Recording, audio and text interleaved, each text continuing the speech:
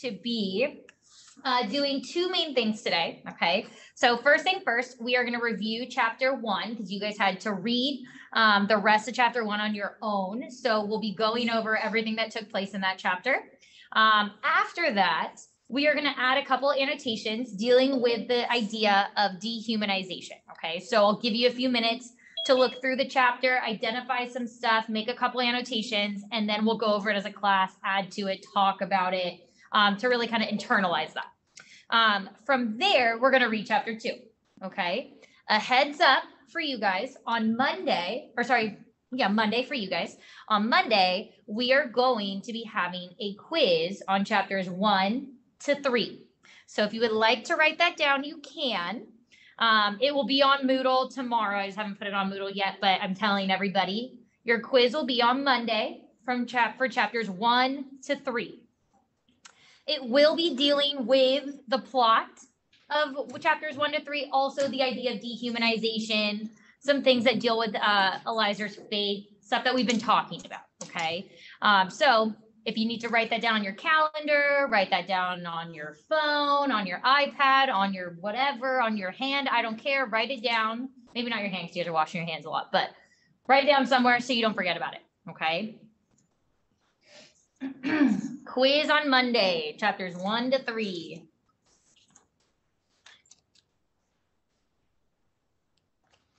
And when you have that written somewhere, wherever that is, give me a thumbs up. If you're in class, give me a thumbs up too if you have it written down. So that way I know. Very good. If you're on Zoom and I can't see your face, make sure you're using that emoji so I can see that you're good to go. Wonderful. You guys are awesome. Okay. So we're going to review chapter 1. Open up your book to page 3. Open up to the very first page of chapter 1. I'm going to walk us through what took place in this chapter. Okay. If you're on the PDF, you can go ahead and pull up the PDF. Make sure you're good to go. Okay. So thumbs up when you have it open to page 3. Thumbs up when you're open to page 3. Very good. You're okay. Okay. So this memoir begins in the year of 1941. He explicitly tells us that at the bottom of page 3, right? So he's starting his memoir at the very beginning of phase 3 of the Holocaust, which we talked about when we went over the 4 phases. This is the phase in which all of the concentration camps are starting to pop up. People are being taken from their homes, put into ghettos, and then transferred to the concentration camps, okay? So this is what he's starting off with. He starts off with kind of just explaining his day-to-day life. He introduces his Kabbalah teacher of Moshe the Beadle. This is not an official teacher that was given to him like in school or something. He's not a part of the Jewish church, really, in the sense of like a priest or pastor or something like that. Rather, he just understands Kabbalah. He studies it himself, and Elizur has chosen him to be his kind of teacher, okay, or tutor in the topic of Kabbalah. With that being said, you should have marked down that Moshe is his teacher. That is stated on page 4, specifically in the middle of that, where it says, I succeeded on my own in finding a master for myself in the person of Moshe the Beadle. So I probably highlight that just so you understand the significance of who Moshe the Beadle is to him. And that's important to us because one of our guiding questions is, how does his religion or his faith play a role in who Elizur is or his identity? So we have to kind of make note, who is important to him, who helps him learn this, who tries to keep him from learning this, what does he do in reaction to that? So Moshe the Beadle is his teacher. Just above that, in that same paragraph, though, we find out that somebody does not want him learning Kabbalah, that somebody is his father. Why is that significant to us? That is significant to us because he is only 13 years old.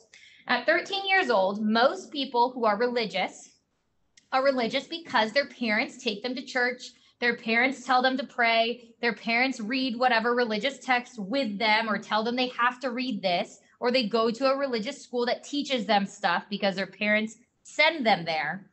But Elizur does not have that, okay? Elizur's father does not want him learning about Kabbalah. He does not feel that he is ready for that.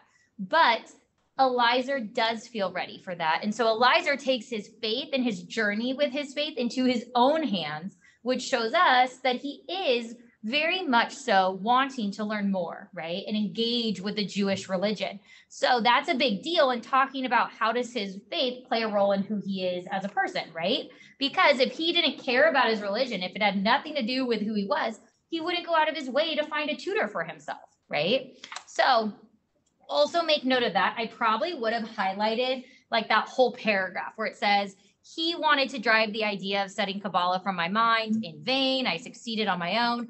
I would probably highlight that whole thing because that is a big indicator of where he's at with his journey right now with Judaism. So moving on from there, page 4, going into page 5 and the rest of the chapter, he talks a little bit more about what he does with Moshe the Beetle, how Moshe the Beetle is helping him learn Kabbalah.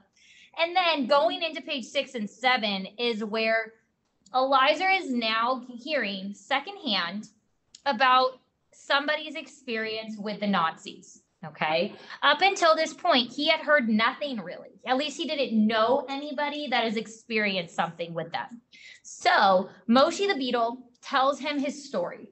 Moshe the Beetle was taken from Saiget because he was a foreigner. He was not actually from Saiget. And he was brought to the Galician forest with a group of other Jewish people. And these Jewish people were forced to dig a trench, okay? That trench was actually intended to be their grave. And after the trench was dug, they made these Jewish people stand one by one at the trench and they shot them, okay? Or a bunch of people shot them. I've actually read a few different testimonies of Holocaust survivors. Not just this one, but multiple other people are saying they heard very similar stories or they experienced very similar things. Some people said they lined up all of them and they just like shot a bunch of guns off and people just fell into these trenches. Some people said it was a one-by-one process. So it kind of depended on where they were, what was their personal experience with it. But either way, very common experience to be taken to these trenches that you built for yourself to be shot into, okay? He also comments on the fact that children, or babies specifically, were tossed into the air and shot with machine guns for target practice. Again, disgusting things were being done to these Jewish people and treating them as if they were not even human beings and didn't deserve any grace, mercy, happiness, anything. So we hear about that. Nobody in town believes him. And then it cuts to year 1944. So 1944 is one of the last years of the Holocaust, right? So up until this point, his life and his family's life has been rather peaceful in terms of dealing with the Nazis and the German soldiers coming into towns and things like that. They have not experienced that yet until 1944. So then he takes us through how the Germans came to Saiget. They started living in people's homes, and then they started putting laws in place. Some of those laws were things like they weren't allowed to go out past 6 o'clock at night. They were not allowed to leave their homes for 3 days straight without being killed. They had to give up all of their nice possessions. And then they had to wear the yellow star. They weren't allowed to go to restaurants. They weren't allowed to go on trains. They weren't allowed to go to cafes. They weren't allowed to go to church. So they started having very, very strict laws put onto them. And then the ghettos were created. Okay, so if you remember, the ghetto that they were in was in the larger ghetto. They had the metal barbed wire fence around it.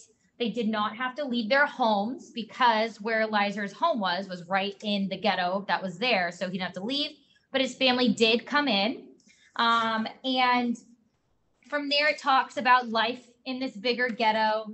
And that kind of goes through page, 12, 13, all the way to, I want to say page like 17 or 18. Oh, sorry, to page 20. They were transported to a smaller ghetto on page 20. And then they were only there for a little bit of time before they were brought to the synagogue, which the synagogue was completely destroyed, which was heartbreaking for anybody who was a part of the Jewish church. The synagogue in the Jewish faith is extremely sacred. So for that to be destroyed was a very, very heartbreaking thing for these people to see. And from there, in the synagogue, they were put into cattle cars. There was 80 people per cattle car, which I'll show you what a cattle car looks like when we get to chapter 2. But 80 people shoved into this cattle car. They were forced to stand in this cattle car because there wasn't much places to sit or lay down.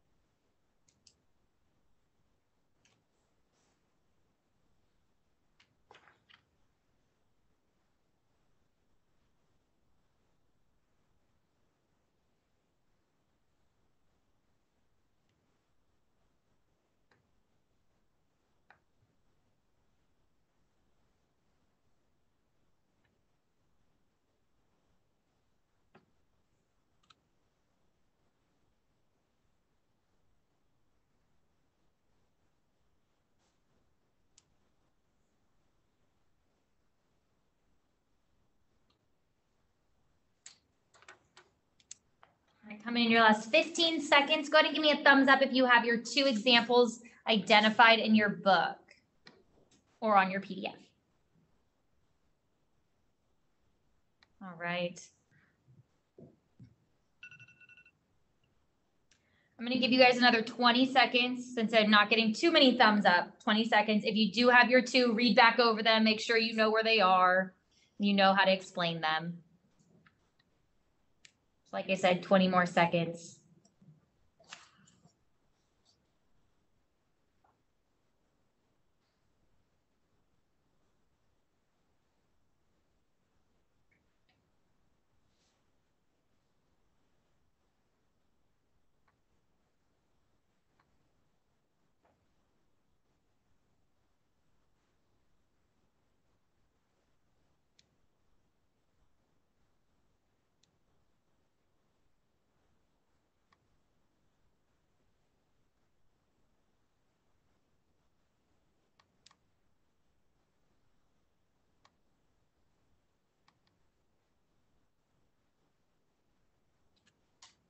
All right, so go ahead and pause wherever you are. I'm going to pull up on my side the PDF that we were working with last class, so that way we can just keep adding to this. So like I said, we're going to be looking roughly around page 11 and forward for these annotations, okay?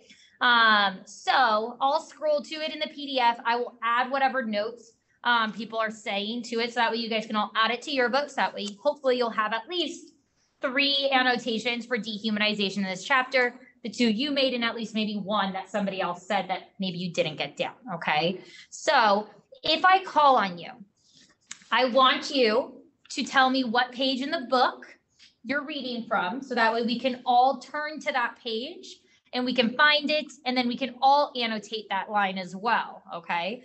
Once you tell the page, then you can read the section or kind of summarize the situation. And then tell me, why is it dehumanization? And I'll prompt you through that as well. So if you're like, I don't remember what you wanted me to say, that's okay. I will prompt you through.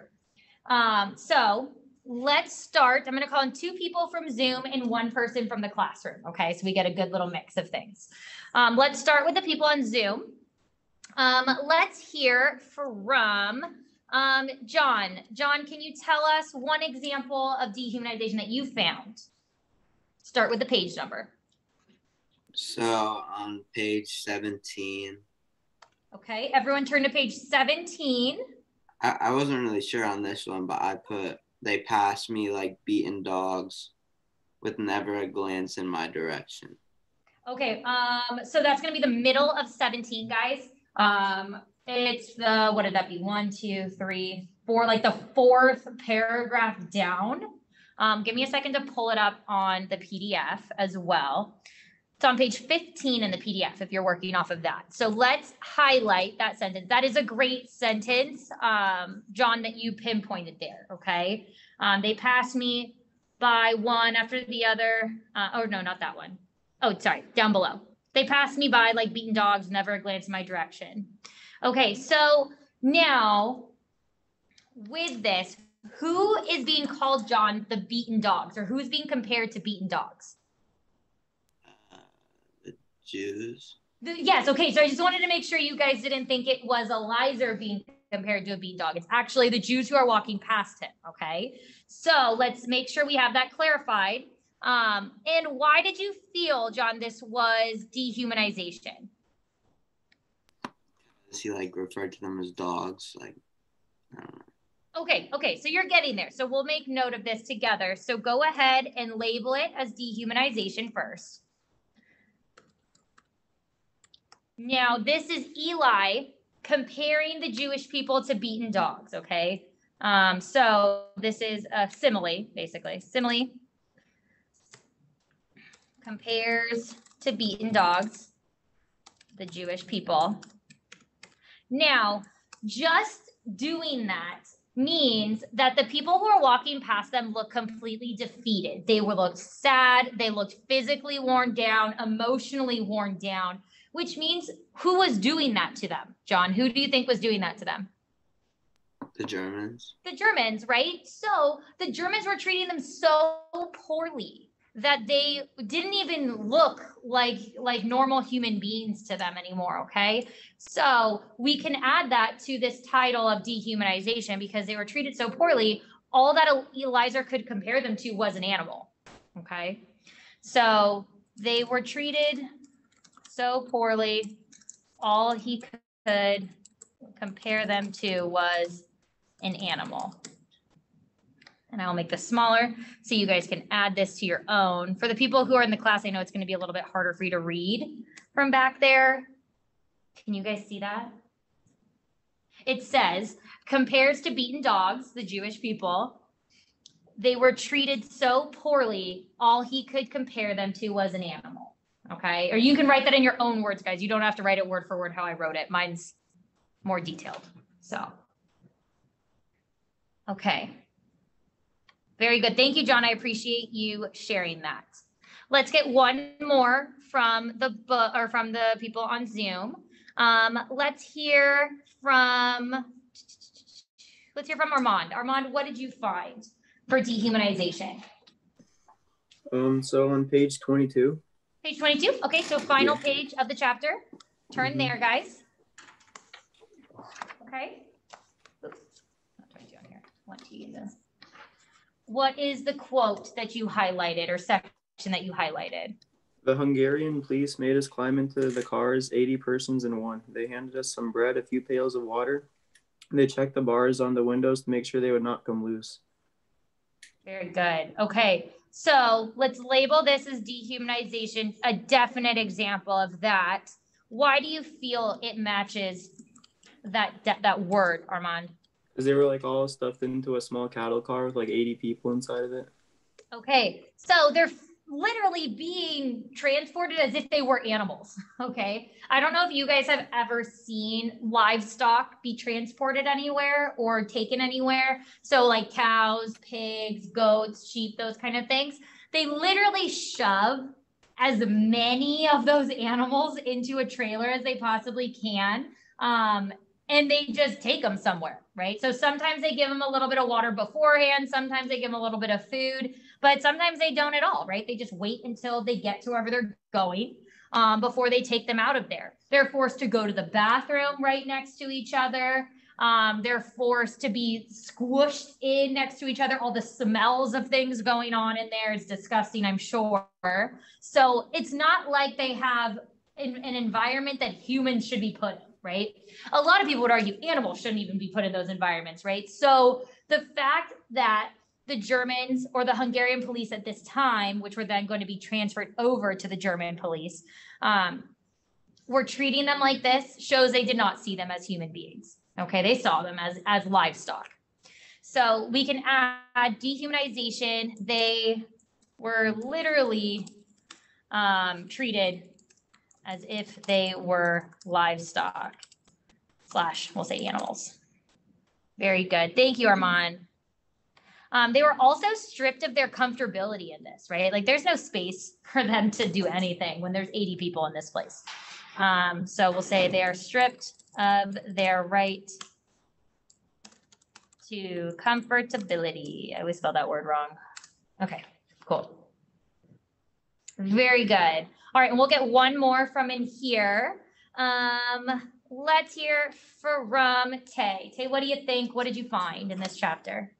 On page 16 and page 16, the third paragraph. Okay, so just the page before that. Okay, go ahead. It's the Hungarian police use their rifle butts, their clubs to indiscriminately strike old men and women, children and cripples. Very good. And why did you feel this action was dehumanizing?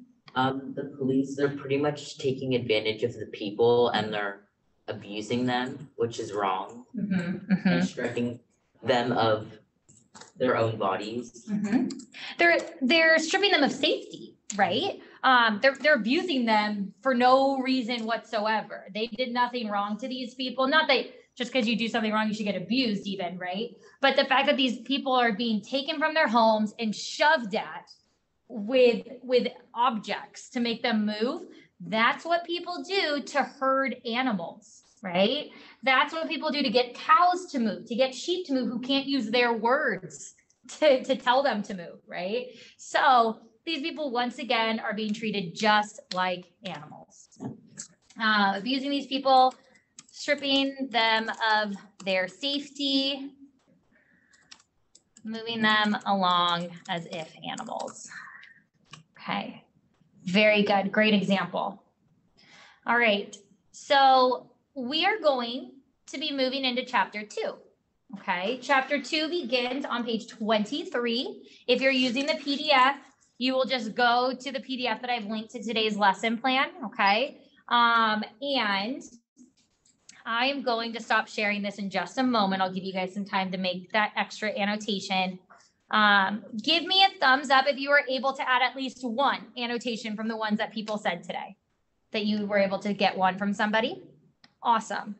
Good. So you guys should have at least have 3 annotations if you were able to get one from somebody that you didn't already have. So I'm going to show you guys on your screens. I'm going to show you a picture of a cattle car before moving in to chapter 2. So that way you guys have a good visualization of what they were shoved into, 80 people deep. Now, a cattle transporter today is not going to look like it did in the 1930s, right? Cattle, livestock, they're transported in big metal trailers. Back then, they did not have metal trailers, so they were transported in wooden cable cars. And you'll see on your screen, this is very similar to what they would have been shoved into, okay? Now, as you notice, this one pictured here does not have any windows whatsoever, okay? There's some other down here, if you like scroll through, you can kind of see some more of what those could have looked like the sliding doors. They may have had a few slats to see out of possibly. But again, if you guys think of something where you would go, say you went on a train today, say you went on an airplane today, there's a bathroom, right? There's an individual seat for you to sit in with a little bit of leg space at least. You could get up and stretch if you need to. A lot of the times, if you're going somewhere overnight, they give you a pillow and a blanket and they bring you food and all of this stuff. That was not a thing here, okay? So we're gonna see in this chapter 2 what exactly life looked like on this transportation, okay? So we're gonna jump in. I'm going to take that off of there. I'll be reading this to you. It starts on page 23, goes to page 28, so very quick chapter. I do want you to try to make one annotation, okay? This annotation will be for a dehumanizing act. So if you notice, hey, these people are being dehumanized here, highlight it and make a little note to yourself about why, okay? All right, let's get going. Lying down was not an option, nor could we all sit down. We decided to take turns sitting. There was little air. The lucky ones found themselves near a window. They could watch the blooming countryside flit by. After 2 days of travel, thirst became intolerable, as did the heat. Freed of normal constraints, some of the young let go of their inhibitions and under cover of darkness caressed one another without any thought of others alone in the world. The others pretended not to notice. There was still some food left, but we never ate enough to satisfy our hunger. Our principle was to economize, to save for tomorrow. Tomorrow could be worse yet. The train stopped in Kashau, a small town on the Czechoslovakian border. We realized then that we were not staying in Hungary. Our eyes opened, too late. The door of the car slid aside. A German officer stepped in, accompanied by a Hungarian lieutenant, acting as his interpreter. From this moment on, you are under the authority of the German army. Anyone who still owns gold, silver, or watches must hand them over now. Anyone who will be found to have kept any of these will be shot on the spot. Secondly, anyone who is ill should report to the hospital car. That's all. The Hungarian lieutenant went around with a basket and retrieved the last possessions from those who chose not to go on tasting the bitterness of fear. There are 80 of you in the car, the German officer added. If anyone goes missing, you will all be shot like dogs. The 2 disappeared. The doors clanked shut. We had fallen into the trap up to our necks. The doors were nailed, the way back irrevocably cut off. The world had become a hermetically sealed cattle car. There was a woman among us, a certain Mrs. Schachter. She was in her 50s and her 10-year-old son was with her. Crouched in a corner, her husband and 2 older sons had been deported with the first transport by mistake. The separation had totally shattered her. I knew her well. A quiet, tense woman with piercing eyes, she had been a frequent guest in our house. Her husband was a pious man who spent most of his days and nights in the house of study. It was she who supported the family. Mrs. Schachter had lost her mind. On the first day of the journey, she had already begun to moan. She kept asking why she had been separated from her family. Later, her sobs and screams became hysterical. On the third night, as we were sleeping, some of us sitting huddled against each other, some of us standing, a piercing cry broke the silence. Fire! I see a fire! I see a fire! There was a moment of panic. Who had screamed?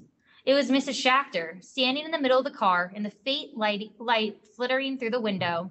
She looked like a withered tree in a field of wheat. She was howling, pointing through the window.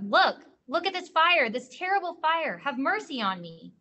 Some pressed against the bars to see. There was nothing, only the darkness of night. It took us a long time to recover from this harsh awakening. We were still trembling, and with every screech of the wheels, we felt the abyss opening beneath us. Unable to still our anguish, we tried to reassure each other.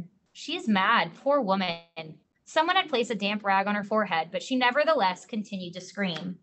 Fire! I see a fire! Her little boy was crying, clinging to her skirt, trying to hold her hand. It's nothing, Mother. There's nothing there. Please sit down. He pained me even more than did his mother's cries. Some of the women tried to calm her. You'll see. You'll find your husband and sons again in a few days. She continued to scream and sob fitfully. Jews, listen to me, she cried. I see a fire. I see flames, huge flames. It was as though she were possessed by some evil spirit. We tried to reason with her, more to calm ourselves, to catch our breath than to soothe her. She is hallucinating because she's thirsty. Poor woman. That's why she speaks of flames devouring her. But it was all in vain. Our terror could no longer be contained. Our nerves had reached a breaking point. Our very skin was aching. It was as though madness had infected all of us. We gave up.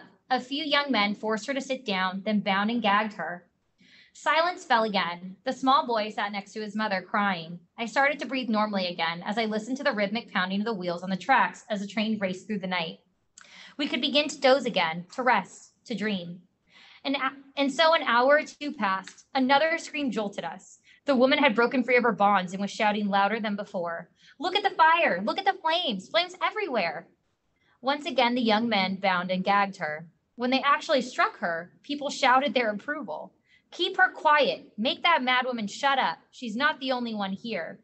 She received several blows to the head, blows that could have been lethal. Her son was clinging desperately to her, not uttering a word. He was no longer crying. Okay, so I'm going to pause real quick just to make something clear. So they eventually got very much so annoyed with her. They started off being very humane to her, like trying to calm her down, make her see things a little bit more rationally. They had empathy for her at first. As the days went on, or the hours went on, and they were not getting sleep, they were being driven crazy in this small cattle car with so many people. They didn't have enough food. They didn't have enough water.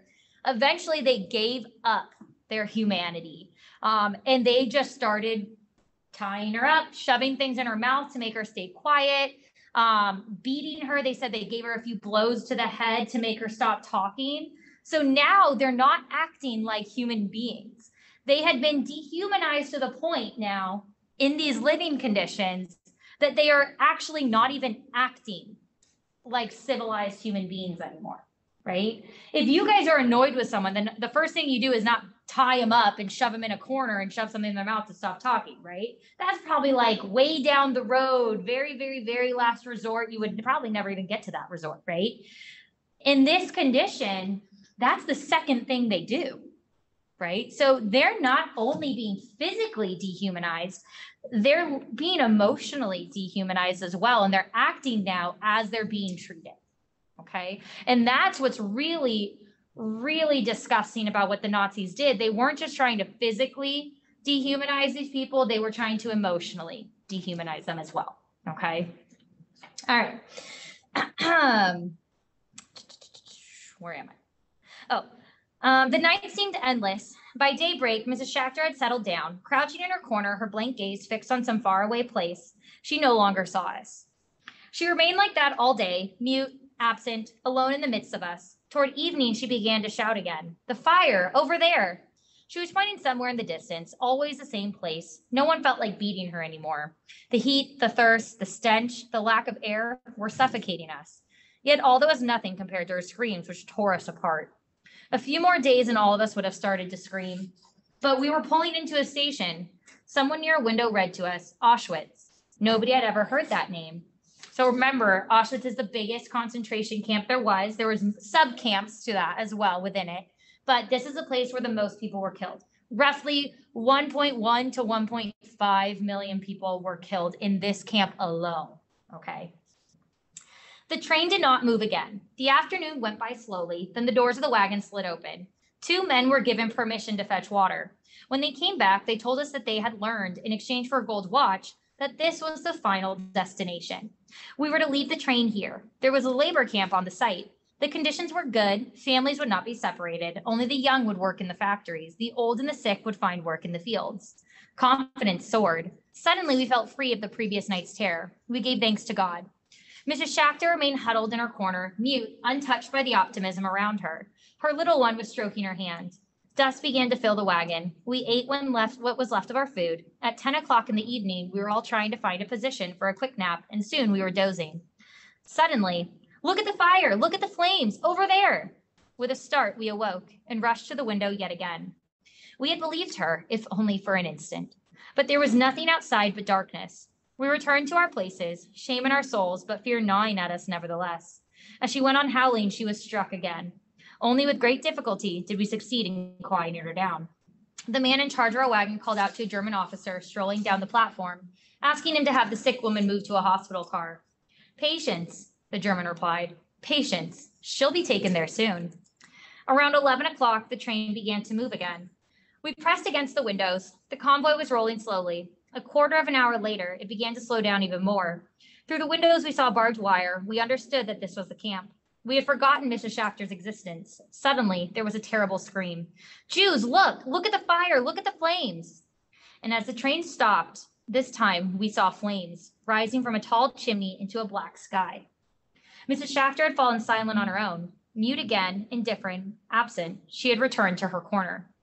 We stared at the flames in the darkness. A wretched stench floated in the air. Abruptly, our doors opened. Strange-looking creatures, dressed in striped jackets and black pants, jumped into the wagon. Holding flashlights and sticks, they began to strike at us left and right, shouting, "Everybody out! Leave everything inside! Hurry up!" We jumped out. I glanced at Mrs. Schachter. Her little boy was still holding her hand. In front of us, those flames. In the air, the smell of burning flesh. It must have been around midnight. We had arrived in Birkenau. Okay, so 2 things. Birkenau is going to be one of the sub-camps within Auschwitz, okay? Also known for a lot of death, okay? Now, what's interesting, I want you guys to go ahead and in this, what would this be? The third to last paragraph where it says, we stared at the flames in the darkness. I want you to highlight the sentence that says, strange-looking creatures dressed in striped jackets and black pants jumped into the wagon. Highlight that sentence. Why I'm having you highlight that sentence is because the people who are forcing them out of these cattle cars are actual inmates at this concentration camp. These are Jewish people who are forced to inflict the same pain and harm onto their fellow Jewish people. Okay, so you can make note that these are actual Jewish people or concentration camp inmates who are doing this to them. Okay, it's not the German soldiers. So that is chapter 2.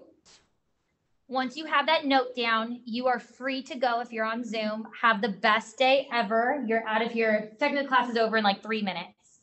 So you can use the last 3 minutes to enjoy your time. And for everyone in class, you are going to be cleaning up your areas, okay? So guys, you're free to go. Have a great day. I will see you guys tomorrow. Thank you, Ms. Condos. Bye. Have a great day.